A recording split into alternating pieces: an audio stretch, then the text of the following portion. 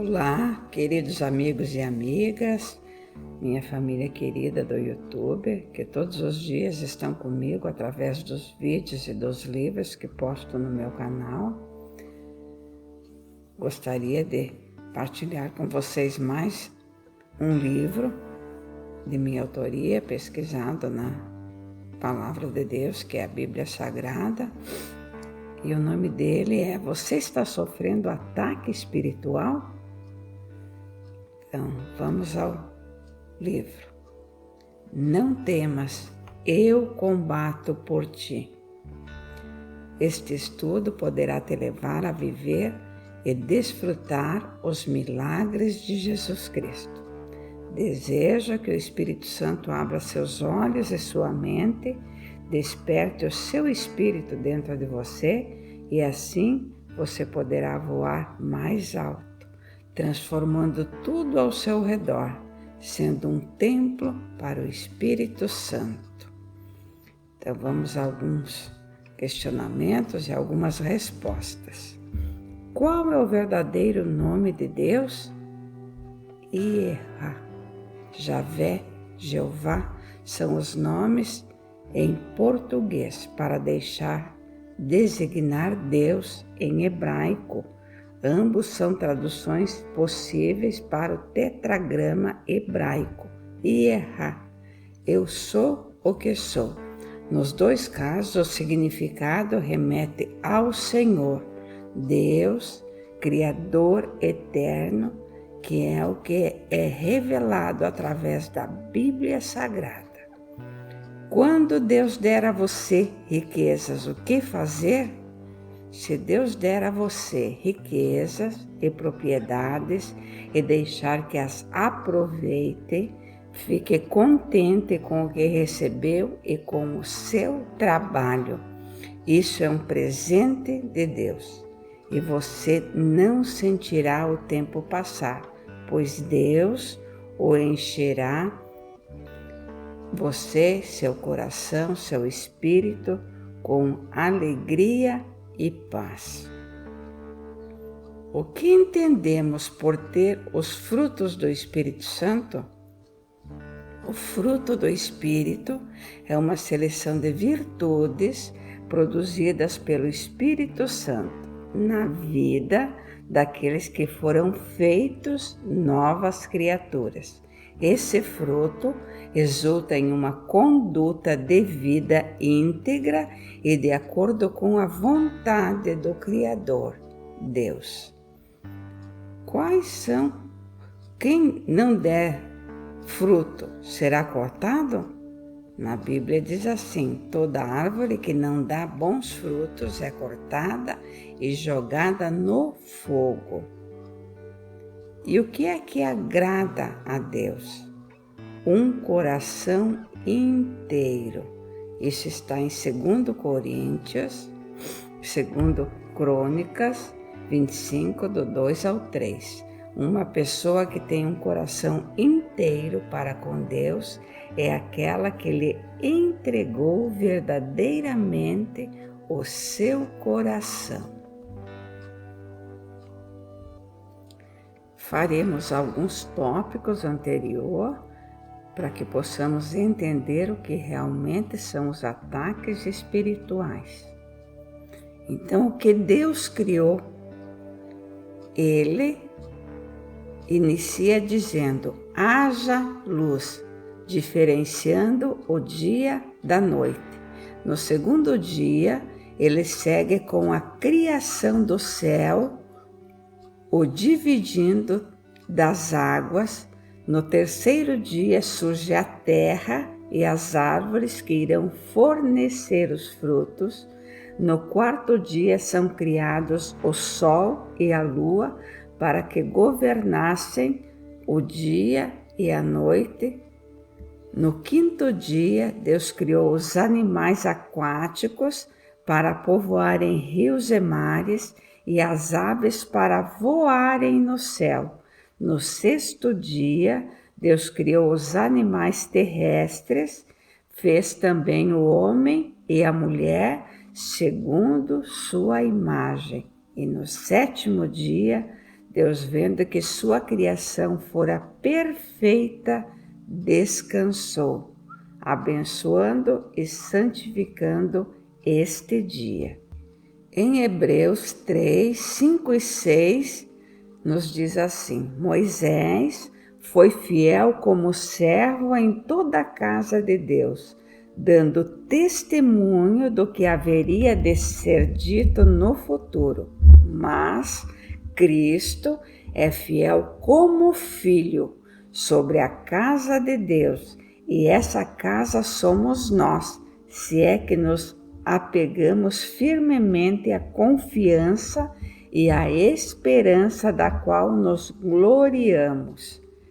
Portanto, irmãos, continua lá em Hebreus 10, do 19 ao 20, temos plena confiança para entrar no lugar santíssimo pelo sangue de Jesus, por um novo e vivo caminho que Ele nos abriu por meio do véu, isto é, do seu corpo.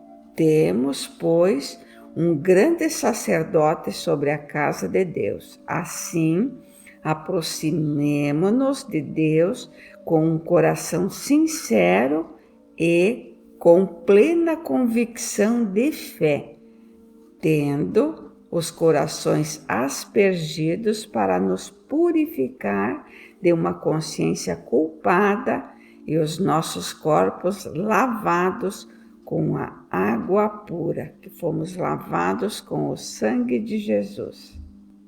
Então, Deus nos concede armas espirituais para travarmos a batalha. Todos os homens passam por batalhas espirituais. Muitas vezes sentimos angústia, tristeza, depressão, nervosismo, desejo suicida, miséria, doenças, intrigas, brigas. Isso tudo são ataques espirituais. E temos também, para vencer tudo isso, armas espirituais.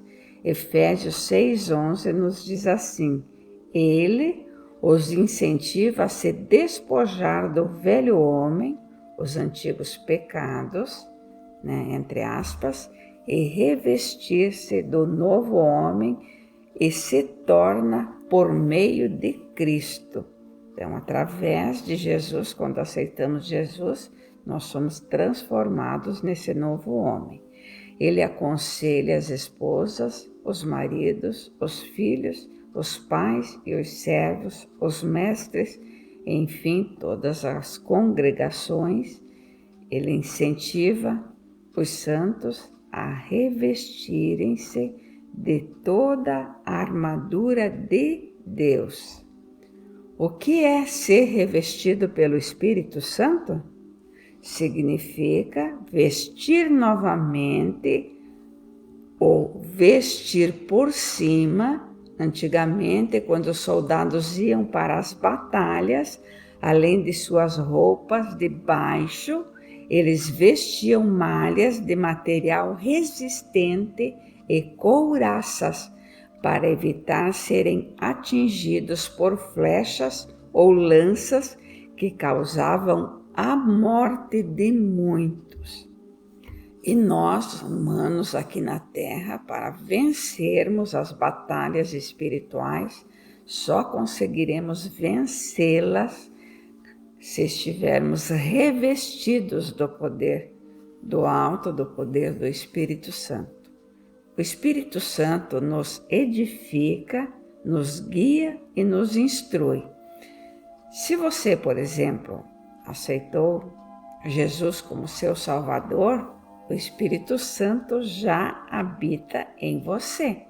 Todo aquele que tem em si o Espírito Santo gera bons frutos. Seja cheio do Espírito Santo você também. É muito fácil. É só dizer: Jesus, eu te aceito como meu Senhor e meu Salvador. E te peço que me dês o Espírito Santo para que eu tenha sabedoria e entendimento e possa fazer tudo o que existe de melhor aqui na terra, enquanto por aqui eu estiver passando. Jesus nos pede para que preguemos o Evangelho da paz. No caso, calçar os pés com os sapatos do Evangelho da paz, isso também significa lembrarmos uns aos outros a paz que temos.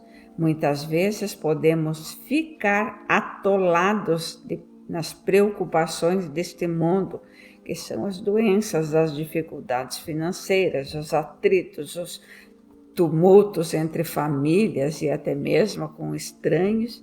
E é neste momento que devemos parar e erguer a cabeça. Então, como irmãos em Cristo, devemos ajudar uns aos outros e lembrarmos que temos a paz de Jesus.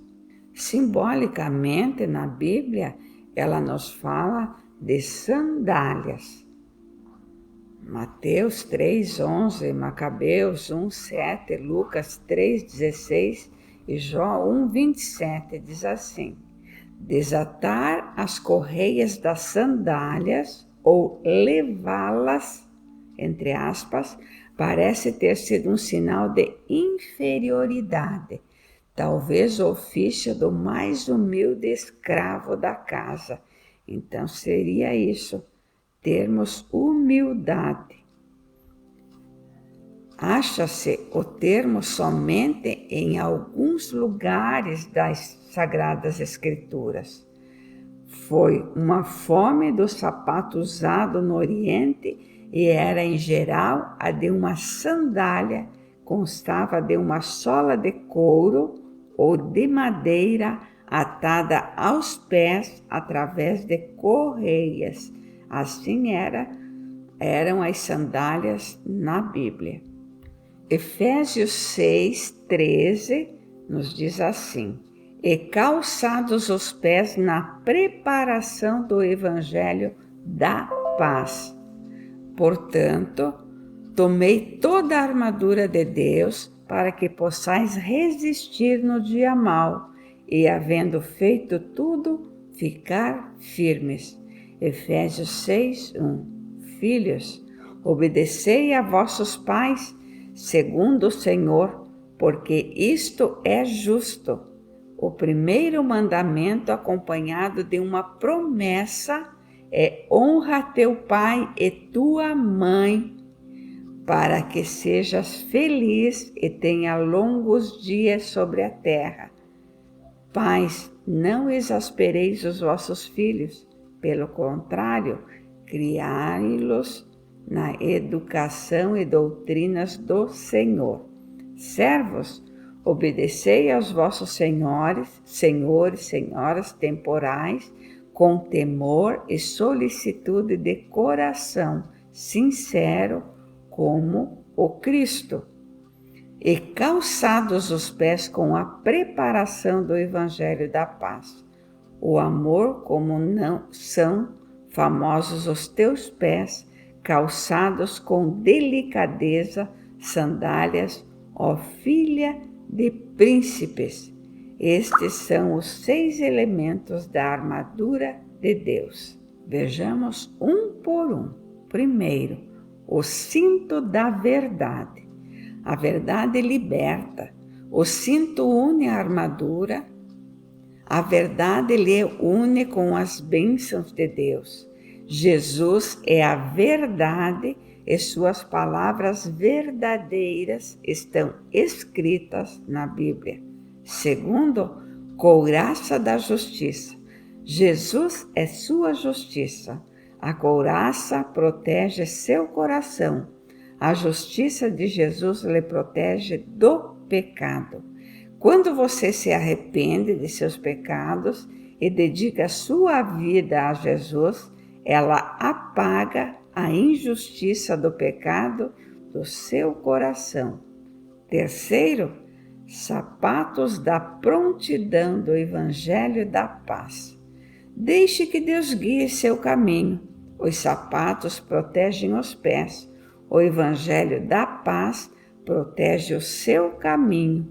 A vontade de proclamar o Evangelho ajuda a evitar muitos caminhos errados, porque o maior testemunho é uma vida guiada por Deus. Quarto, o escudo da fé. A fé vence o inimigo. O escudo protege das setas. A fé protege dos ataques do diabo. A fé lhe ajuda a se defender das acusações, das dúvidas e das tentações do diabo, que são as doenças, as tristezas, as decepções, as dívidas, a pobreza, os infortúnios, todos eles têm relação com, biblicamente, então, diz tentações do... Quinto, capacete da salvação. Jesus salva. O capacete protege a cabeça. A salvação protege os pensamentos. Jesus salva da escravidão do pecado. Você não precisa mais viver pensando em coisas ruins que levam ao pecado. Sexto, a espada do Espírito. A palavra de Deus é a espada do Espírito. A espada fere e defende do inimigo. A palavra de Deus destrói o inimigo. O Espírito Santo dá vida à palavra de Deus. Ele dá poder para derrotar todos os seus inimigos. Então estejamos sempre cheios do Espírito Santo para que possamos usar as armaduras de Deus. E agora, meu querido, minha querida, você está pronto para a batalha? A armadura de Deus lhe dará a vitória ou as vitórias de que você necessita. Por isso, vistam toda a armadura de Deus para que possam resistir no dia mau e permanecer inabaláveis depois de terem feito tudo. Filipenses 2. Jesus esvaziou-se para fazer a vontade do Pai. Mesmo sendo Deus, tomou a forma humana e fez-se servo, para servir a Deus e ajudar os homens, sendo obediente até a morte e morte de cruz.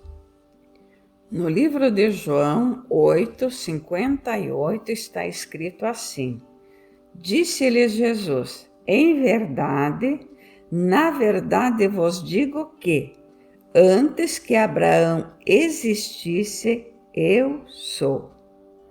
Qual foi o livro que Moisés escreveu? O livro de Gênesis. O livro de Gênesis é o primeiro dos 5 livros escritos por Moisés. Ele cobre aproximadamente 25.000 anos de história, mais do que todo o restante da Bíblia, inclusive o Novo Testamento. E você sabe quem nasceu primeiro? Moisés ou Jesus? Moisés é um dos personagens mais importantes do Antigo Testamento, o líder que representa uma divisão de águas na história bíblica, antes da vinda de Jesus. Moisés, então, veio primeiro. E por que Abraão, na Bíblia, foi considerado o pai da fé? Abraão servia a um Deus que tem poder para trazer à existência tudo aquilo que não existe. Abraão lutou contra toda a esperança, pois vivia de acordo com o que o Senhor lhe prometera e, por isso, foi chamado o pai da fé, porque foi além de sua limitação. Ele creu, mesmo quando não tinha nenhuma esperança. E o que poderemos aprender em Êxodo 19? Êxodo 19, o Senhor faz o convênio de tornar Israel uma propriedade peculiar, um reino de sacerdotes e um povo santo. O povo santifica-se e o Senhor aparece no Sinai em meio à fumaça e terremotos. O que diz o livro de Êxodo 3,14? Deus respondeu a Moisés: Eu sou aquele que sou, e ajuntou: Eis como responderás aos israelitas, aquele que se chama Eu sou, enviou-me junto de vocês. Está escrito no livro de Êxodo 3,14, versículo 14. Eu sou o Senhor teu Deus, que te tirei da terra do Egito, da casa da servidão. Não terás outros deuses diante de ti, não farás para ti imagem de escultura, nem semelhança alguma de que há em cima dos céus, nem embaixo da terra, nem nas águas debaixo da terra. Existe o período da colheita de Deus no tempo final. O Evangelho de Marcos 4, 26 a 34 apresenta o ensinamento de Jesus. O reino de Deus é como alguém que lança a semente à terra. Ele vai dormir e acorda noite e dia, e a semente vai germinando e crescendo, mas não sabe como isso acontece. A terra por si mesma produz o fruto. Primeiro aparecem as folhas, depois vem a espiga e, por fim, os grãos se enchem a espiga. Quando as espigas estão maduras, o homem mete logo a foice, porque o tempo da colheita chegou. É chegado o tempo da colheita. Vejamos. Você estabelece o tamanho da sua colheita quando você semeia a sua semente. Em 2 Coríntios capítulo 9, versículo 6, diz: E isto afirmo, aquele que semeia pouco, pouco também ceifará, e o que semeia com fartura, com abundância, também ceifará. Paulo fez um paralelo entre plantar sementes e investir no ministério. Tudo que o seu tempo determinado, tudo tem. O que está escrito em Eclesiástico 3:1. Tudo tem o seu tempo determinado e há tempo para todo propósito debaixo do céu. A palavra colheita de origem judaica, comemoração, ela é realizada como agradecimento a Deus pelo suprimento de nossas necessidades. Ela era feita uma festa que o povo eleito do Senhor realizava as entregas de suas primícias, os primeiros frutos a Deus. Então, como reconhecimento, eles levavam e ofertavam no templo, como ficou conhecida a festa das primícias ou do tabernáculo. O que plantar, isso também vamos colher. Para tudo há uma ocasião e o tempo para cada propósito debaixo do céu. Tempo de nascer e tempo de morrer. Tempo de plantar e tempo de arrancar o que se plantou. Eclesiastes 3, do 1 ao 2. Quando nossa mãe engravidou, aquele coraçãozinho que batia dentro do seu útero não era o nosso coração, mas era o coração do próprio Deus. João 15, 19 diz assim: Se vocês pertencessem ao mundo, ele os amaria como se fossem dele. Todavia, vocês não são do mundo, mas eu os escolhi, tirando-os do mundo, por isso o mundo os odeia. Então, às vezes entramos em atritos e não entendemos o porquê de tanto sofrimento. É porque, no fundo, o nosso coração anseia por estar junto ao Criador, porque somos criaturas criadas pelo próprio Deus. Quando semeamos amor, quando semeamos tudo aquilo que existe de melhor que a gente conhece e sabe e é capaz de proporcionar ao outro, somos abençoados por Deus. Na Bíblia também, em Gênesis 26, do 12 ao 16, diz assim, vejamos Gênesis 26. Isaque foi muito próspero em gerar. Ele chegou a colher 100 por um. A prosperidade de Isaque, porém, não se dava essencialmente porque ele estava numa terra fértil ou algo do tipo, mas porque o Senhor o abençoava.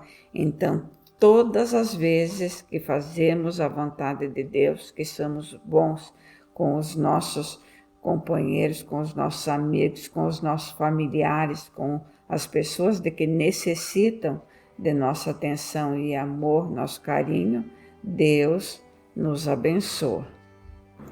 Vejamos os acontecimentos, alguns pelo menos, que Isaque passou. Isaque foi acampar no vale de Gerar, Gênesis 26. Após o problema com os filisteus, Isaque saiu da terra fértil e acampou no vale de Gerar. Ali ele tornou a abrir os poços que tinham sido escavados nos dias de Abraão e entulhados pelos filisteus, após a morte do patriarca. Então veja, ele passando por inúmeros problemas, teve que abandonar a sua terra que era fértil e ir para uma terra árida. Então os servos de Isaque cavaram outro poço, e os pastores de Gerar novamente contenderam por causa dele. Por esse motivo o poço foi chamado de Sitna, que significa literalmente inimizade. Curiosamente, essa palavra vem da mesma raiz do nome Satanás. Depois, mais uma vez, os servos de Isaque cavaram outro poço, e por isso não houve contenção. Isaque chamou aquele poço de Reobote e disse, porque agora nos deu lugar ao Senhor, e prosperaremos nesta terra. O texto bíblico diz que em seguida Isaque subiu a Berseba. Berseba era o lugar onde Abraão havia firmado o pacto de não agressão com os filisteus. Está no livro de Gênesis 21, 32. Naquela mesma noite, Deus apareceu a Isaque, ele reafirmou a bênção da aliança abraâmica. Isso deixava claro a continuidade das promessas de Deus a Abraão, através de Isaque. Em resposta à revelação de Deus, Isaque edificou ali um altar, tal como o seu pai havia feito. Poderemos nos questionar, e como vencer essas batalhas espirituais? Com oração. Oração é a forma ofensiva e poderosa para vencermos todas as batalhas espirituais. Vejamos as armas principais para enfrentarmos uma batalha espiritual. No estudo de hoje, vamos ver sobre as 7 primeiras que devemos usar diariamente. Dedicação à verdade, procurar sempre falar a verdade, independente da situação. Deus ama a verdade. A verdade sempre vence. Viver uma vida de retidão, de amor, de paz, de verdade, de obediência em todas as áreas.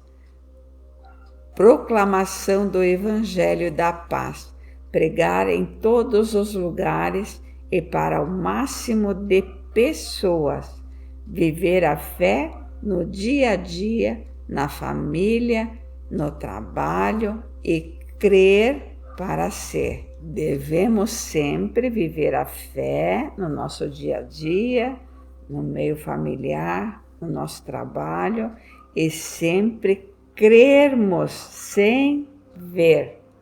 Amar a Deus acima de todas as coisas e ao próximo como a si mesmo. Nunca mais, pois não esqueças que este é um mandamento. Acreditar que a nossa salvação veio através do nome de Jesus Cristo. Revestidos do Espírito Santo, jamais seremos derrotados. Deveremos ter uma vida de oração constante em todo tempo e lugar. Sejamos testemunhas da verdade e da paz, isso tudo no nome de Jesus Cristo. Em Romanos 12:2 está escrito: E não vos conformeis com este mundo, mas transformai-vos pela renovação da vossa mente, para que experimenteis qual seja a boa, agradável e perfeita vontade de Deus. Nossa mente está sempre cheia de enganos, cegueira espiritual e principalmente princípios falsos, que não nos cegam para ver as coisas como Deus realmente vê. O que diz o Salmo 23, versículo 4? Ele nos diz assim: Ainda que eu andasse pelo vale da sombra da morte, não temeria mal algum, porque tu estás comigo, a tua vara e o teu cajado me consolam. O que acontece quando oramos pelos nossos inimigos? Ao orar por nossos inimigos, o Espírito de Deus pode mostrar amor e bondade sobrenatural através de nós ou de outra pessoa que pode, em última instância, mudá-los. Esse processo também pode erradicar nosso medo de nossos inimigos, porque o amor é perfeito e expulsa o medo. Meu querido, minha querida, se você está travando batalhas espirituais em sua vida, tenha fé. Na Bíblia aparece durante 365 vezes a palavra não temas. Por 366 vezes essa expressão é repetida na Bíblia e existe um não temas para cada dia do ano e até mesmo quando o ano é bissexto. Então, não se desespere, tenha confiança, acredite que milagres existem e estão disponíveis para todos aqueles que creem. Eu espero ter nos ajudado nesses simples ensinamentos que estão ali. Vocês podem pegar a palavra de Deus e tirar todas as suas dúvidas. Esse livro será dividido em 3 etapas para que fiquem mais curtos os vídeos e vocês possam melhor assimilá-los. Se vocês não entenderem, podem repeti-lo e repeti-lo e repeti-lo, até que tenham o conhecimento necessário para entender aquilo que está escrito. Espero tê-los ajudado. Dê o like, compartilhe, inscreva-se no canal, assim o YouTube entende que esse livro e esses vídeos são relevantes e todas as vezes que postar um novo livro, um novo vídeo, vocês serão notificados automaticamente. Agradeço muito ao Espírito Santo, meu companheiro, meu amor, meu amigo, o tempo todo comigo, suscitando em meu coração o desejo de estudar, aprender e compartilhar com vocês. Agradeço imensamente a Deus pela graça de estar viva aqui e agora e poder compartilhar isso com vocês. Agradeço ao meu esposo, Clóvis José, companheiro, amor e amigo o tempo todo ao meu lado.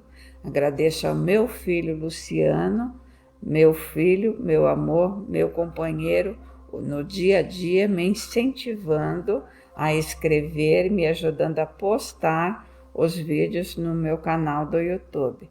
Gratidão eterna a todos vocês. Oro para que o Espírito Santo lhes dê sabedoria, entendimento, conhecimento, amor e prosperidade a cada um de vocês. Gratidão eterna, Lili Marlene.